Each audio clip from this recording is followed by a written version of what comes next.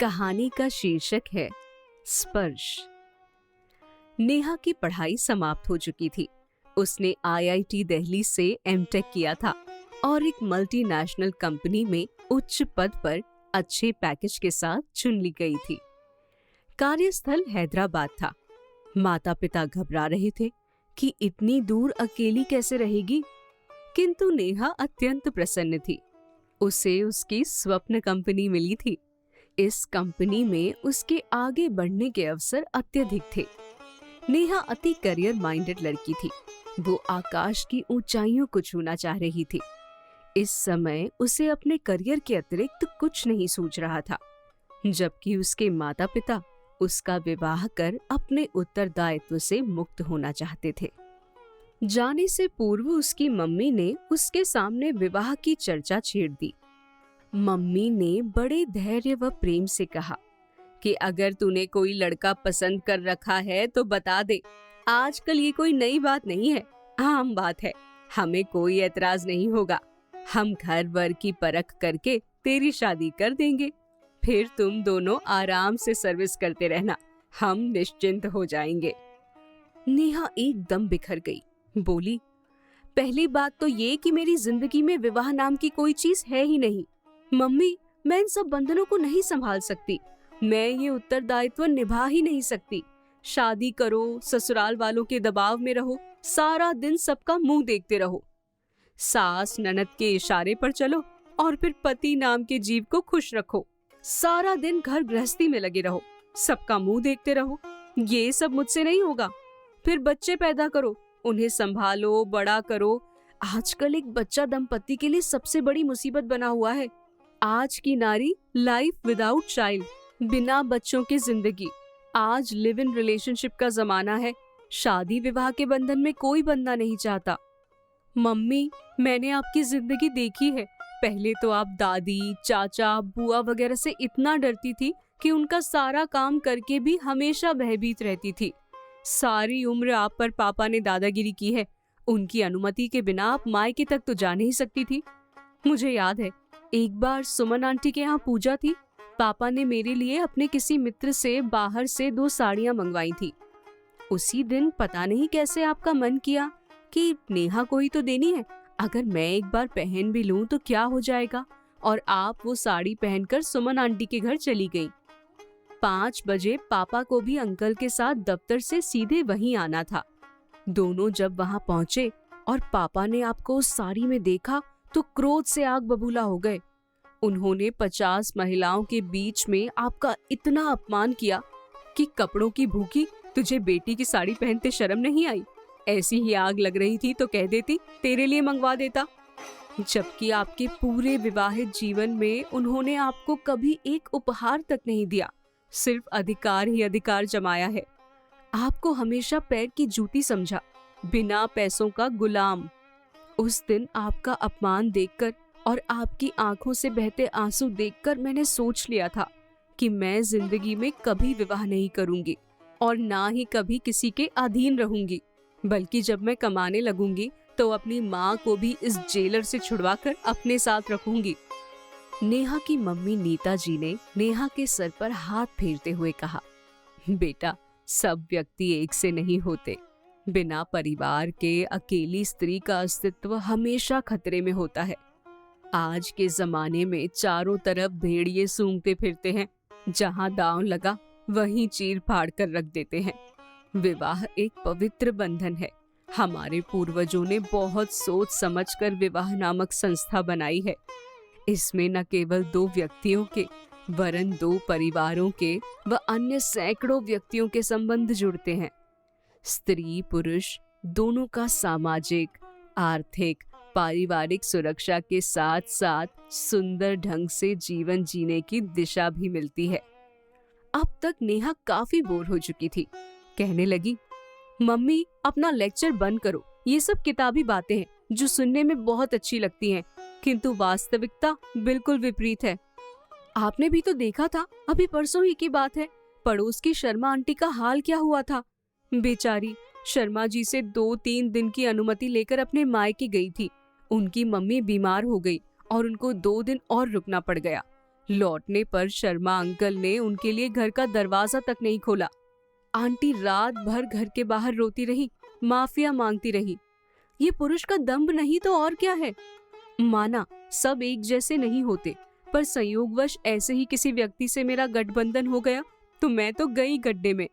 Mummy, आप मेरी चिंता मत करो, समय आने पर मैं अपने आप आपको बता दूंगी।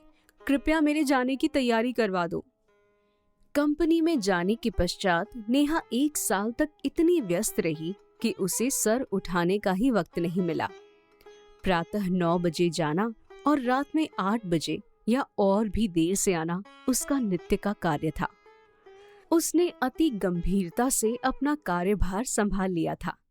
नेहा के उच्च पदाधिकारी उससे अत्यंत प्रसन्न थे। साथ ही लोगों से वो अत्यंत सीमित व्यवहार ही रखती थी। इसी बीच उसकी कंपनी में उसके इंजीनियरिंग कॉलेज के एक पूर्व सहपाठी नमित ने टीम लीडर के रूप में प्रवेश किया। वो अपने पूर्व सहपाठी से मिलकर काफी प्रसन्न हुई, किंतु मित्रता सीमित ही रखी। गाहे बगाहे नमित से बात हो जाती थी। एक दिन वो अपने ऑफिस जा रही थी कि पीछे से आ रही एक कार ने उसे बुरी तरह घायल कर दिया। कुछ लोगों ने उसे हॉस्पिटल पहुंचाया और उसकी कंपनी में सूचित किया। साथियों ने आकर संभाला। चोटें बहुत गंभीर थी। उसके घर भी सूचित किया गया। दिल्ली हैदराबाद की दूरी भी काफी थी। जितनी जल्दी संभव था मम्मी पापा आए। होश आने पर उसने देखा कि इस बीच नमित उसके पास पूरी देर बना रहा और बड़ी तन्मयता से सेवा करता रहा। उसके पापा की सेवानिवृत्ति काफी नजदीक थी, इस कारण वो अधिक दिन रुक नहीं सकते थे। मम्मी उसी के पास थी। उसे पूर्ण स्वस्थ होने में करीब 1 महीना लग गया। इस बीच नमित ने नेहा की मम्मी को पूर्ण सहयोग दिया। नीता जी नमित के व्यवहार से अति संतुष्ट थीं। नेहा के स्वस्थ होने के पश्चात एक दिन नीता जी ने नेहा के मन की थाह ली और नमित के व्यवहार की काफी प्रशंसा की। नेहा भी नमित को काफी परख चुकी थी। नेहा व नीता जी की सहमति भांपकर एक दिन नमित ने एकांत में नेहा के सामने विवाह का प्रस्ताव रख दिया। नेहा ने नमित से स्पष्ट ही बात की। देखो नमित, अभी तक तो मैं विवाह के पक्ष में बिल्कुल ही नहीं थी, किंतु इस एक्सीडेंट ने मुझे बता दिया कि जीवन अकेले नहीं कट सकता। एक साथी का होना नितांत आवश्यक है। मेरे विवाह संबंधी विचार काफी परिवर्तित हो चुके हैं। विवाह तो करूंगी, किंतु मेरी कुछ शर्तें हैं। अगर तुम्हें मान्य हो तो हम आगे बढ़ सकते हैं। नमित थोड़ा आश्चर्यचकित हुआ, किंतु अपने आप को संभालते हुए शांत भाव से उसकी तरफ देखते हुए कहा, बोलो, तुम कह लो, फिर मैं भी कुछ कहना चाहूंगा। अगर दोनों को मान्य होगा तभी हम आगे बढ़ेंगे। नेहा ने दृढ़ता से कहा, नमित, मैं विवाह के पश्चात कंपनी नहीं छोड़ूंगी। सदैव अपने करियर के प्रति सतर्क रहूंगी। शायद परिवार से अधिक महत्व दूं। दूसरी बात, मेरी जिंदगी में बच्चों का कोई स्थान नहीं होगा। कभी भी तुम मुझसे आशा करोगे तो निराशा ही हाथ लगेगी। तीसरी बात, कभी भी मुझे तुम्हारे व्यवहार से शिकायत हुई तो हम शांति से अलग हो जाएंगे। यूं छोटी मोटी बातों की बात नहीं है। गंभीर मसले मैं सहन नहीं कर पाऊंगी। नमित ने निश्चिंतता की सांस लेते हुए कहा, नेहा, तुमने तो मेरे मन की ही बात कर दी। अरे यार, ये ही 3 शर्तें मेरी भी थी। साथ ही एक चौथी और है। मैं अति साधारण परिवार से हूँ और मेरे ऊपर अभी काफी पारिवारिक दायित्व हैं। 2 छोटी बहनें व एक छोटा भाई है। इनकी पढ़ाई लिखाई और विवाह शादी का सब प्रबंध मुझे ही करना है। ये सब दायित्व पूर्ण करते हुए काफी समय लग जाएगा। तब तक क्या तुम मेरे साथ सहयोग कर पाओगी? नेहा ने खुशी खुशी कहा, ये कोई समस्या नहीं है। पहली बात तो हम दोनों का वेतन ही काफी है। दूसरे, मैं अपने माता पिता की इकलौती संतान हूँ। हमें कभी आर्थिक अभाव नहीं होगा। तुम निश्चिंत रहो। नेहा ने नीता जी को सहमति की सूचना दे दी। दोनों तरफ से रजामंदी होने पर साधारण तरीके से विवाह हो गया। नमित नेहा के विवाह को 3 वर्ष बीत चुके थे। दोनों ही अपने पूर्व निश्चय के अनुसार सहयोग करते हुए अपनी गृहस्थी की गाड़ी प्रसन्नता पूर्वक चला रहे थे। इसी बीच नेहा के बचपन की सखी नीतू के पति का स्थानांतरण हैदराबाद में ही हो गया। नीतू ने नेहा की मम्मी से नेहा का फोन नंबर लेकर नेहा को फोन किया। नेहा की प्रसन्नता का कोई ठिकाना न था। उसने आते रविवार को नीतू के यहाँ जाने का कार्यक्रम बनाया। नमित को ऑफिस के कार्य से बैंगलोर जाना था। नेहा ने सोचा काफी समय पश्चात मिल रहे हैं, सारा दिन खूब गप्पे मारेंगे। नियत समय पर तैयार होकर वो नीतू के यहाँ पहुंच गई। दरवाजा खोलते ही दोनों सखियां आपस में लिपट गईं। नेहा ने कहा कि बाहर ही खड़ा रखोगी या अंदर भी आने दोगी? नीतू मुस्कुराकर हाथ पकड़कर उसे ड्राइंग रूम में ले गई। दोनों बातों में इस कदर मशगूल हो गई कि उन्हें आसपास का कुछ भी होश नहीं रहा। इतने में अंदर से किसी शिशु के रोने की आवाज सुनाई दी। नीतू को बेटे का ध्यान आया कि प्रिंस जग गया होगा। नेहा ने आश्चर्य से कहा कि कौन प्रिंस? तुमने मुझे तो अभी तक कुछ बताया ही नहीं। नीतू भागती हुई बोली कि अभी मिलाती हूँ तुझे। थोड़ी देर में वो प्रिंस के कपड़े बदलकर पाउडर वगैरह डालकर फ्रेश करके प्रिंस को ले आई। 6 महीने का गोल मटोल शिशु, एकदम गोरा चिट्टा, उत्सुकता से नेहा को देख रहा था। नेहा ने उसे गोद में लेना चाहा तो बच्चा शर्मा कर माँ के कंधे से चिपट गया। नीतू ने कहा, थोड़ी देर में देखना तुझसे इतना घुल मिल जाएगा कि छोड़ेगा ही नहीं, अभी शर्मा रहा है।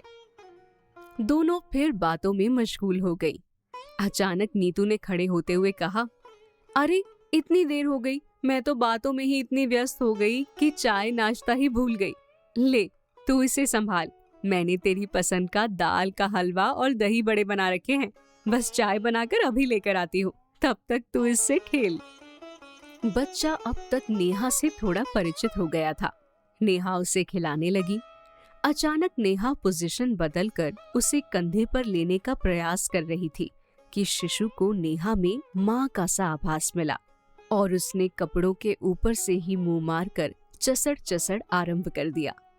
नेहा को एक अजीब सी अनुभूति हुई और ऐसा स्पर्श कि वो मदहोश होती चली गई। ये कैसी सिहरन, ऐसा तो कभी अनुभव नहीं हुआ था। नेहा का मन किया कि ऊपर के कपड़े हटाकर शिशु को सीने से लगा ले, किंतु विवेक ने उसे जागृत किया कि वो क्या कर रही है, ये अनुचित है। फिर तो नेहा इतनी बेचैन हुई कि वहां उसका बिल्कुल भी मन नहीं लगा। थोड़ी देर पश्चात वो नीतू से अचानक तबीयत खराब होने का बहाना करके चली आई। नीतू ने रोकने का बहुत प्रयास किया, किंतु फिर शीघ्र आने का वादा करके उसने विदा ली। रात की फ्लाइट से नमित को आना था। नमित के आने के पश्चात भी वो बेहद अनमनी सी रही। नमित ने कारण पूछा। थोड़ी टाल मटोल के पश्चात वो फफक पड़ी, धारा प्रवाह बोलने लगी। नमित, अब तक मैं इतने बड़े सुख से वंचित रही। मुझे नहीं पता था कि शिशु के स्पर्श में इतनी बड़ी शक्ति है कि वो मुझ जैसी पत्थर दिल को भी हिला दे। नमित, मैं अपनी शर्त वापस लेती हूँ। आज नीतू के बेटे ने मुझे बता दिया कि नारी की पूर्णता मातृत्व में ही है, अन्यथा वो अधूरी है।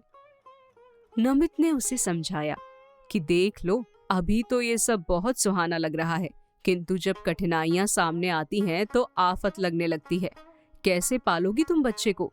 नौकरी भी छोड़नी पड़ सकती है। क्रैच या आयाओं के भरोसे छोड़ने के पक्ष में मैं नहीं हूँ। नेहा नमित के सीने से लगती हुई बोली, नमित, मैं सब संभाल लूंगी। इतनी प्यारी अद्भुत सौगात के लिए मैं कुछ भी कर सकती हूँ। नमित, प्लीज मुझे एक बच्चा दे दो। नमित ने मुस्कुराते हुए कहा, जो हुक्म मेरे आका,